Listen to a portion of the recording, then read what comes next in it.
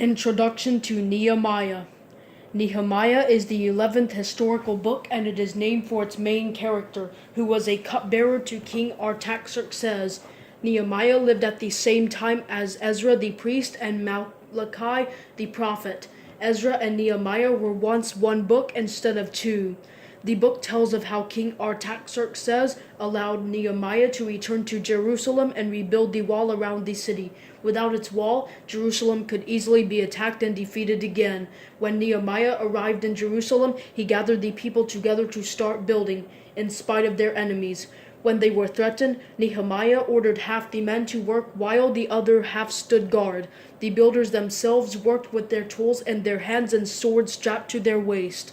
With God on their side, the Israelites rebuilt the wall in only 52 days. Who? No one knows for certain who wrote the book of Nehemiah, although some say it was Ezra. Others believe it was written by the chronicler, the same person who wrote 1st and 2nd Chronicles. When?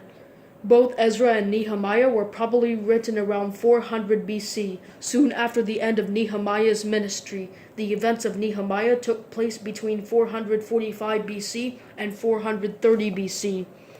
Why? Nehemiah shows how God can use people to get his will done, even people who do not follow him, such as King Artaxerxes. Redemption thread. The events of both Ezra and Nehemiah show how Jerusalem and its temple were rebuilt centuries later. Both the city and the temple would play important parts in the life and teachings of Jesus. Stories from Nehemiah.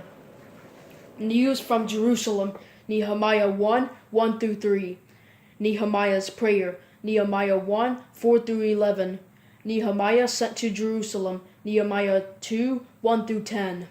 Rebuilding the walls. Nehemiah 3, 1-2. Sword and trowel. Nehemiah 4, 15-23. The wall completed. Nehemiah 6, 15-19. The exiles return. Nehemiah 7. Public reading of the law. Nehemiah 8, 1-12. Israel's vow of faithfulness. Nehemiah 9, 38-10, 29.